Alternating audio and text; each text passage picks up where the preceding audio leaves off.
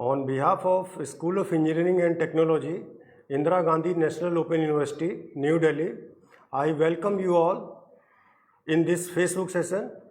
Today I am going to discuss working of transformer on actual load. So first of all, we have to understand what is a transformer. So transformer is a static electrical machine which is used to step up or step down the voltage, or you can say it is also used to step up or step down the current. The power is constant on the either side and frequency is also constant. This transformer is basically used in the power system where you have to transmit the power at high voltage.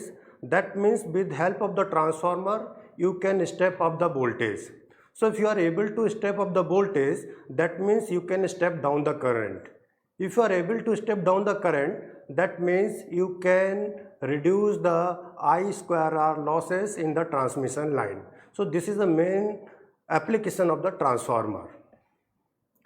So in this session, we have to discuss what is the ideal transformer and what is the actual transformer. So in this session, we will discuss the working of the actual transformer, how this transformer works. So before that, first of all, we have to understand what is an ideal transformer. So here you can see that ideal transformer is a transformer which have no resistive losses and inductive losses in the primary winding and secondary winding. So as you know, in the transformer, this one is a primary side and this one is a secondary side. So just we are assuming that in primary winding there is no resistance, there is no leakage reactance in the primary side as well as secondary side, and there is a zero magnetizing current in case of the ideal transformer. And we are also assuming that losses that occurs in the transformer is zero. And what are those losses in the transformer? These losses may be the iron losses. And what are those iron losses? These iron losses may be the eddy current losses, hysteresis losses, because we are assuming that winding of the resistance is zero. If winding of the resistance is zero, so whatever the losses that is happening in the winding of the transformer, that I square R losses, or you can say copper losses, are also zero. So this is an ideal transformer. Here you can see the phasor diagram of the ideal transformer. Here you can see this horizontal axis is showing the flux and this one is a magnetizing current. Right, this current is used basically to magnetize the core, and due to this flux is induced. And due to this flux, because this flux is alternating in nature, so as you know that transformer work on the principle of electromagnetic induction. That means the EMF that induced in the transformer, that is E is equal to minus N d phi over dt. So if there is a rate of change of flux, that means this transformer will induce some EMF. And this induced EMF may be this E1, and this induced EMF is induced due to this change in flux. And how this flux is getting induced, due to, you can understand, there is a number of turn and the primary side is N1.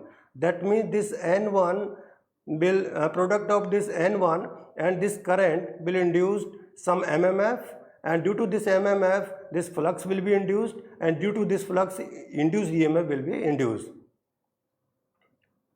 Now we are going to discuss the transformer on no load. So as name is indicating no load. So what do you mean by this no load? No load means there is a no load connected at the secondary side. So here you can see there is a no load at the secondary side. If there is a no load at the secondary side, or you can say it is a open circuit. So open circuit means what? The current that is flowing in this winding I2 is zero, right? So this will be called no load. So in this type of transformer, neither the secondary winding has any effect on the magnetic flux in the core, nor it has any effect on the primary current. But in case of actual transformer, the losses cannot be neglected. That means if actual transformer is there, so there will be some resistance of the winding, there will be some leakage reactance in the primary. So if there is a leakage reactance are there, then magnetizing current is there, so there is a there is two type of losses will occur. One is a hysteresis losses and eddy current losses. So in case of actual transformer, you cannot neglect the this transformer losses, unlike ideal transformer. And in case of this type of transformer, the on no load current is very small. Usually it is 2 to 6% of the rated value, and this current is basically called the exciting current, and this exciting current is drawn from the primary. And due to this exciting current, the iron losses occurs, as I already told you that, and these losses are hysteresis losses and eddy current losses. I am not going to discuss the detail how this hysteresis losses are occur and eddy current losses are occur. So, and because there is a no load in the secondary side, so you can say there is a I2 is 0. If there is a I2 is 0, so the primary current is also be a very less. As I already told you, it is nearly 2 to 6% of the rated value. But due to this very low current, that is 2 to 6%, there will be some small amount of copper losses will also be there in primary winding. Now we have to understand what is this core loss current. The current responsible for the active power is nearly in phase with the applied voltage, and generally this voltage is denoted by the B1, and this is known as core loss current. A transformer when connected to the supply, it draws a current to produce in the flux in the core, and this flux is responsible to induce the EMF in the binding, or you can say this E1 is produced due to this rate of change of flux. Now here you can understand the phasor diagram of transformer at no load, right? So this is showing this flux on the horizontal axis, because there is a no load current is flowing in case of transformer. This current I naught is lagging with respect to applied voltage V1, that is a primary voltage, by angle phi naught. This phi naught is called phase angle between V1 and I naught, or you can say no load phase angle. So due to this no load phase angle, there will be a one power factor. And what is a power factor? Power factor is nothing but this is a cosine angle between voltage and current, because we are talking about the no load condition. So this, because this angle is a no load phase angle, so you can say that cos phi naught is a no load power factor.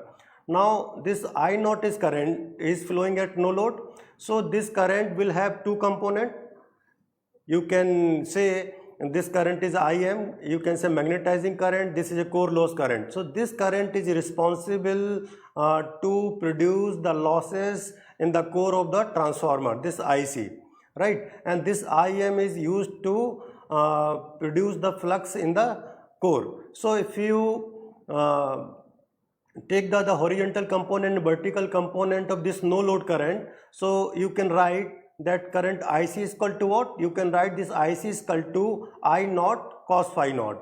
And what is this IM? This IM can be written as IM is equal to I naught sin phi naught. So now you have this core loss current, you have this magnetizing current. So you can also find out the resistance of the core with help of this current IC. You can also find the this reactance of the binding due to this current, and because due to this no load current some losses are happening, and these losses are basically called core losses, or you can say iron losses, and these iron losses can be classified as eddy current losses and hysteresis losses. So you can write the formula for this core loss, P naught is equal to what?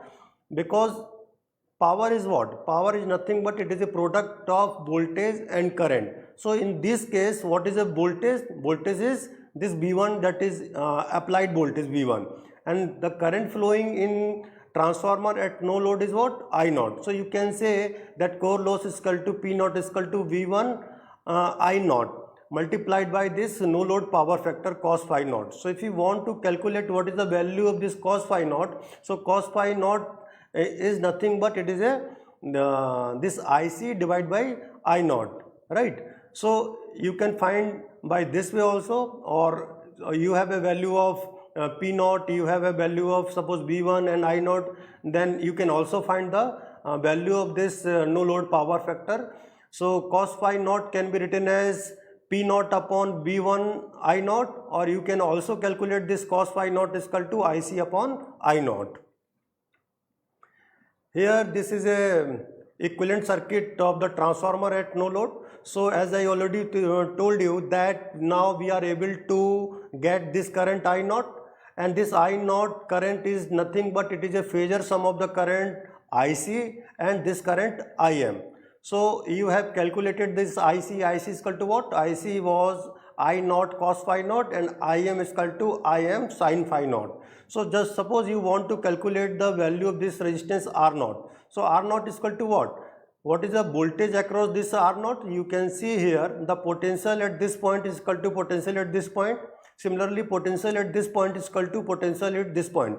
So whatever the voltage applied, or you can say primary voltage V1 across R naught and voltage across X naught are the same. That means the voltage V1 is the same as across R naught and across X naught. So you have a value of this current IC, and IC is equal to what? IC is equal to I naught cos phi naught. So you have a value of V1, you have a value of IC. So you can easily calculate R naught. So R naught can be written as V1 upon IC, right? Similarly, you can calculate this X naught. X naught is equal to what? V1 upon IM. Or you can say in another word, suppose this energy component of no load current IC is equal to what? V1 upon R naught, if you have a value of R naught. Similarly, you can calculate the magnetizing component of no load current from this equivalent circuit diagram. IM is equal to V1 upon X naught.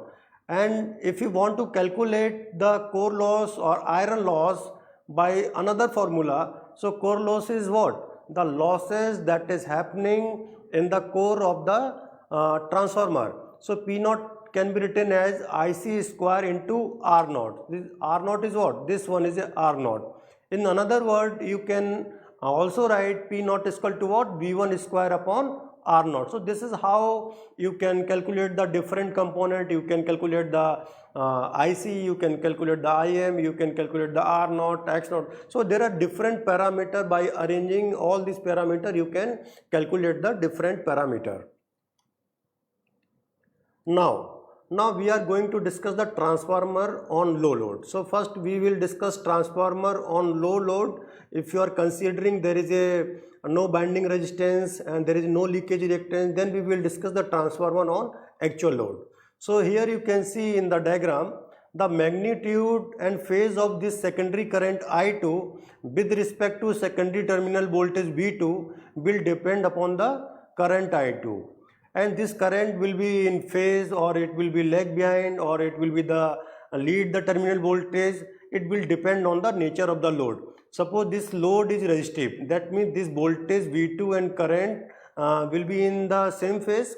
And if this load is inductive in nature, so as you know, if load is inductive in nature, that means whatever the current flowing through this load, it will lag behind the voltage V2 by some angle. It depends on the type of the load, right? Now similarly, this current I2 may be leading in the nature. It depends on the capacitive load. If this load is a capacitive, that means this current I2 will lead with respect to the voltage by some angle, right? So this is how you can decide whether current will be in phase, or it will lag, or it will lead.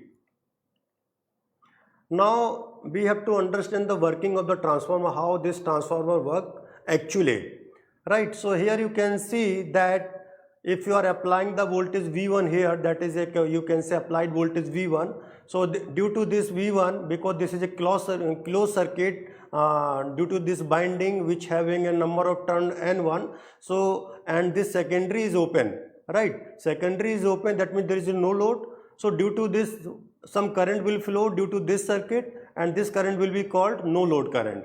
And due to this current I naught multiplied by N1, it will produce one MMF, and due to this MMF, one induced EMF E1 will be there, and this E1 is equal to, you can write E1 is equal to minus N d phi over dt, and this phi is equal to what? this I naught into N1, and this induced EMF will oppose the applied voltage as per Lenz law, right? So this is working of the transformer when secondary is open. Now what we will do? Now you connect the load here. Now load is connected. Now what will happen? As secondary current, this load is connected, so this current I2 start to flow. If this I2 start to flow, so it will produce an MMF N2 into I2, and this N2 into I2 is responsible to set up the flux phi 2 in the core, right? So here you can see this phi is the main flux which was produced due to this N1 into I naught, right? So this is a main flux, you can say this is a phi is a main flux, but due to this load is connected, so this MMF I2 into N2, one another flux is producing, that is called phi 2, and here you can notice that this phi 2 is opposing the main flux phi, right? So net flux is what? Phi minus phi 2, so that means quantity of the flux is decreased. If quantity of flux is decreased, that means this rate of change of flux is reduced. If this change of flux rate of change of flux is reduced, that means whatever the voltage producing here E1, it is decreased, right? So this flux phi 2 opposes the flux phi which is set up by the current I naught according to the Lenz law. So as I already told you that this net flux is reduced, that means this induced EMF E1 is reduced, right? So here you can see this B1 minus E1 is disturbing here. So this phi 2 is opposes the flux phi, and therefore the resultant flux tends to decrease and causes the reduction of the self-induced EMF E1, as I already told you. So there is a increment in B1 minus I1, right? If B1 minus I1 is reduced, so it will draw the more current from the supply mains through the primary winding until the original flux value of flux phi is obtained. So what will happen? Because this B1 minus I1 is increasing, so it will draw the more current from the primary side. And how we will draw this more current? That means initial current was what? This I naught. Now this I1 dash is current is an extra current which is being produced due to this load connected at the secondary side, and this extra current I1 dash is called, basically you can say, counterbalancing current, or you can say compensating current. So what will this I1 dash will do? This I1 dash will generate another flux, and that flux will be called this phi dash. So this phi dash is what? This phi dash is nothing but this is a counterbalance flux. That means this value of this phi dash is equal and opposite to this phi 2, right? So this I1 dash is basically called primary counterbalancing current, which is in phase opposition with the I2. Now this additional current produces an MMF. So what is a MMF? Due to this I1 dash, number of turns multiplied by this current I1 dash, and this I1 dash is what? This is a counterbalance current, right? So this N1 I1 dash is equal to what? N2 into I2. That means when you connected the load at the secondary side, this counterbalance current which will due to this I1 dash multiplied by N1, that means this MMF is equal to MMF produced due to this N2 into I2, and this flux set up the flux phi dash in the same direction as that of the main flux phi. That means now flux is what? Phi plus phi dash, and phi 2 was opposite of that. So and value of this phi dash is equal to phi 2. That means this phi dash will cancel out the flux phi 2. So what will be the net flux? Net flux it will be equal to phi. So phi dash is the same direction as that of phi, and it cancels the flux phi 2 set up in the MMF N2 into I2. So you can write N1 into I1 dash is equal to N2 into I2. Now suppose you are interested to calculate the value of this counterbalancing current. So because once the transformer is designed, that means you have a value of number of turn N1 at the primary side and you have a value of number of turn at the secondary side, and this I2 depends on the load. So you can measure this current I2, just you apply the one ammeter in the secondary side, you can measure this current I2. So by this formula you can calculate the value of this counterbalancing current I1 dash is equal to what? N2 upon N1 into I2. Here you can see here, that means whatever the flux phi 2 was produced due to this current I2, and that phi 2 was counterbalanced by that current I1 dash. So now net flux is what? That is a phi, that was the original value. That means the flux in the core of the transformer remains the same from no load to full load. So what you can understand, as the load will increase, that means this I2 current is increased. If this I2 current is increased, that means this transformer will draw more current. And what is that more current? That is a I1 dash. I1 dash is what? That is a counterbalance current. That means this counterbalance current I1 dash will always cancel out the effect of the current I2. So this I1, or you can say, what is the value of this total current I1 at the primary side? The total value of the current at the primary side is equal to the phasor sum of current, no load current, plus this I1 dash current. And this I1 dash current is what? That is a counterbalancing current, right? So this shows that flux in the core of the transformer remains the same from no load to full load, and due to this iron losses in the transformer remain same from no load to full load. So that's why it is called the core losses in the transformer is a constant. And what are the variable losses? Variable losses are the copper losses, or you can say the I square R losses in the transformer are the variable losses. So this is how the actual transformer works. Here in this case we have assumed that there is no resistance of the binding of both the binding, primary binding and secondary binding, and we have also assumed that leakage reactance in the primary side and secondary side are also zero. Now we are talking about the actual transformer. So actual transformer means what? Just opposite of the ideal transformer, you can say. So actual transformer will have primary and secondary leakage reactance. You can say this primary leakage reactance is X1 and secondary leakage reactance is X2, right? And because transformer have a two winding, primary binding and secondary binding, that means this binding will have some resistances. And what are those resistances? This resistance is the R1 and R2. So R1 is the resistance of the primary binding and R2 is the resistance of secondary binding, right? So in case of ideal transformer, we assumed that this iron losses are the zero and copper losses are zero, because now we are assuming that it will have resistance R1, R2 and leakage reactance X1, X2. So that means in the actual transformer the losses will also be there. So in case of actual transformer, iron losses and copper losses will also come in the picture, and it will have also exciting resistance. That exciting resistance happens in the you can say core of the transformer, and it is denoted by R0, and this exciting reactance X0. This X0 is responsible to produce the magnetizing flux which was produced due to this magnetizing current Im.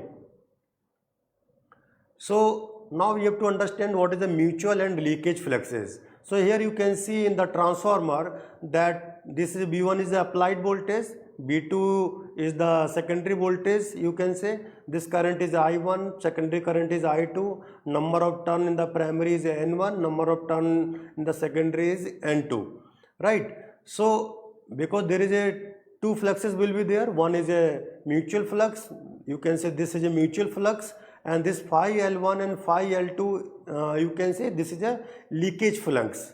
So and alternating flux is set up in the core, and whole of this flux links with both the primary binding and secondary binding. In actual transformer, both the binding produce some flux and that links only with the binding that produces it. So you have to understand the different terminology, what is a mutual flux, what is a leakage flux. So mutual flux is what? The flux that links with both the binding of the transformer is called mutual flux. So here you can see that this phi is basically called mutual flux because it is linking this binding also and it is linking this binding also. Second is what? Leakage flux. The flux that links only with one winding of the transformer and not to the other is called leakage flux. So this leakage flux can be classified as primary leakage flux and secondary leakage flux. So primary ampere turn produce the some flux that is denoted by phi L1 is called the primary leakage flux, and secondary leakage flux is what? Secondary ampere turn produce the some flux phi L2 is called secondary leakage flux. Here you can see this one. This phi L1 is a primary leakage flux which is you can say it is a product of this this I1 into N1 and this or whatever the flux linking due to this, and this phi L1 there will be one reactance X1 we will discuss now, and similarly this phi L2 is the leakage flux in the secondary binding. Now the primary leakage flux phi L1 is due to the current at the primary binding side, that current is I1. That means amount of the primary leakage flux is directly proportional to the primary current I1. Similarly, the secondary leakage flux phi L2 is proportional to the secondary current I2. So this phi L1 is what? This leakage flux can be termed as self-inductance, or you can say this is leakage reactance at the primary side, and due to this leakage flux one self-inductance will be produced L1, and this L1 is produced due to this leakage reactance X1. You can write X1 is equal to what? Omega L1, and omega is equal to what? 2 pi f L1. Similarly, phi L2 can be written as self-inductance, and due to this leakage reactance L2 will be there, and this X2 is equal to what? 2 pi f L2. So this has already discussed that in actual transformer there is a resistance R1 and R2 in primary and secondary binding respectively. This is the equivalent circuit of the actual transformer on load. You can see here this resistance R1 is assumed, and this X1 is in the reactance due to this leakage reactance. This R0 is the resistance of the core, X0 is a reactance in the core of the transformer, this R2 is the resistance of the secondary binding, and X2 is the resistance of the secondary binding. So by this equivalent circuit you can write the some equations. You can see that just you apply the KVL in this particular circuit, so you can write what? This V1 it minus 2 plus is plus V1 minus I1 R1 minus I1 into JX1 is equal to what? This E1, right? That means this voltage minus drop by this impedance is equal to this induced EMF E1. So you can write V1 is equal to what? E1 plus I1 R1 plus I1 JX1. And what is the value of this current I1? I1 is nothing but you can say this I1 is equal to the phasor sum of current this I0 and this counterbalancing current I1 dash. So I1 can be written as I0 plus I1 dash. So just you can put the value here in this expression, so you can write the equation also. So V1 is equal to what? E1 plus I1 Z1. Similarly, you can write the equation for the secondary side also. So E2 minus I2 R2, here you can understand by this equation.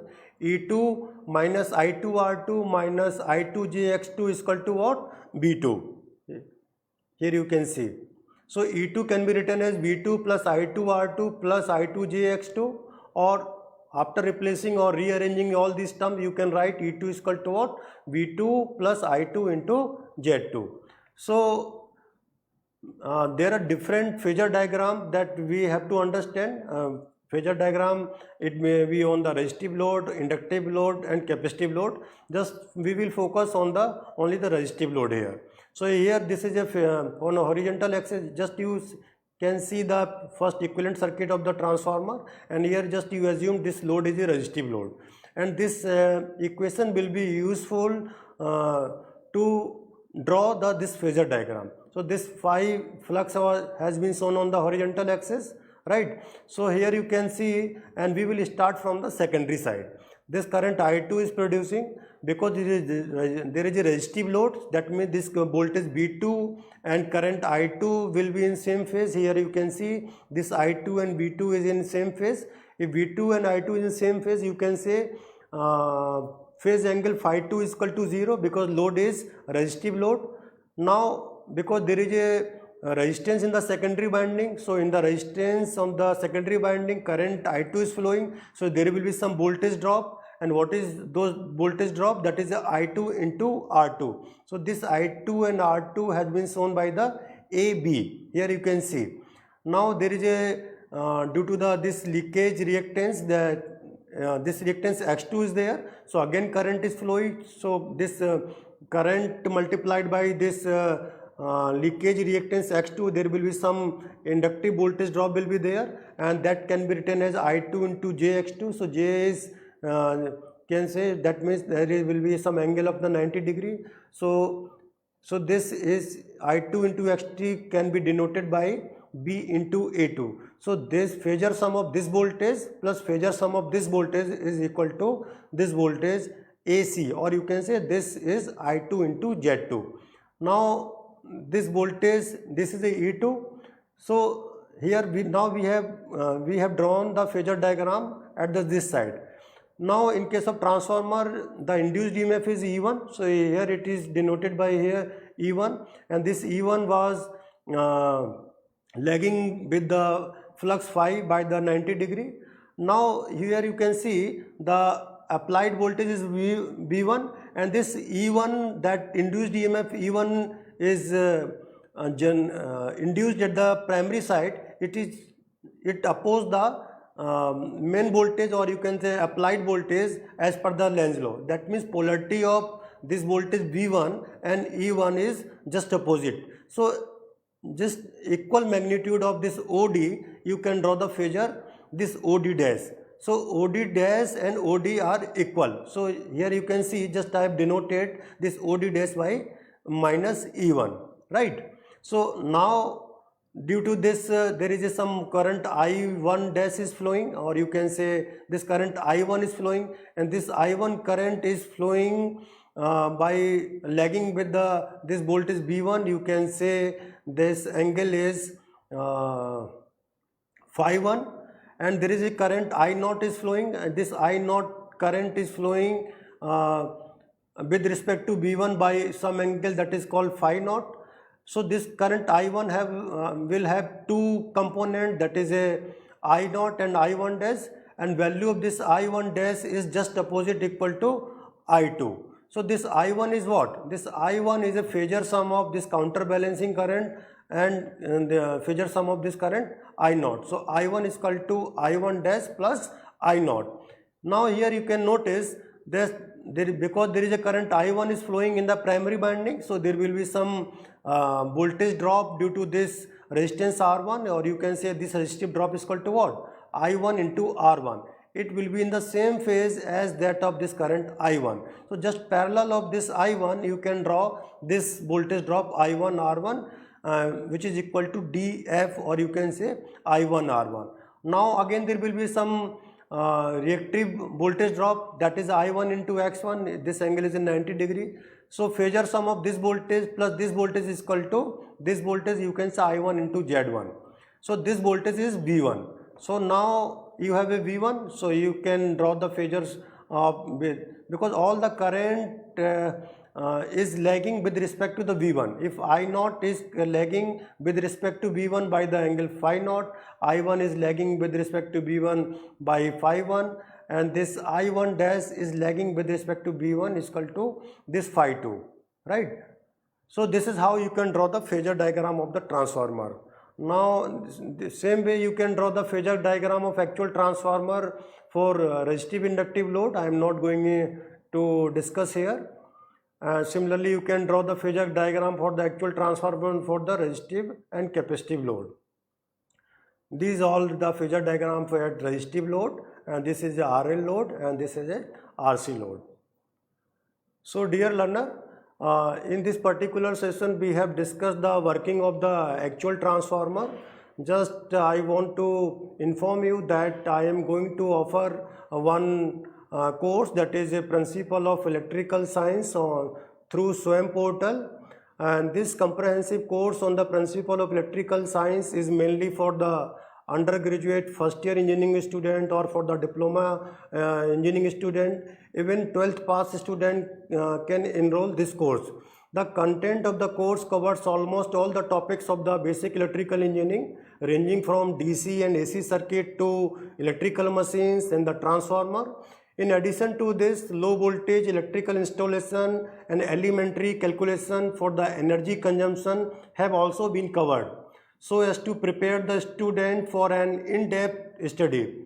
In this course, easy explanation of the topic, plenty of the examples, illustration are also discussed. This course, Principle of Electrical Sciences, will work as a positive catalyst to boost high quality knowledge in the field of electrical engineering. So if you are interested to know the basic of the electrical engineering, if you want to know more about the transformer, DC machines, induction machine, so my request is you can join this course. And for joining this course, what you have to do, just you have to type this http swayam.gov.in/igno. When you will type this, you will you can find this course Principle of Electrical Sciences here, and you can join this course. This course has already been launched, and this is a 12-week course, and enrollment for this course is a date is 31st August 2020. So you can join this course, and I would like to inform you that for joining this course there is no registration fees. It is free, and the target audience for this joining for this course, any engineering student either from the BTech or from the diploma first year student can enroll. Even the person who is 12th pass with the science stream, he or she can also join this course. Thank you so much.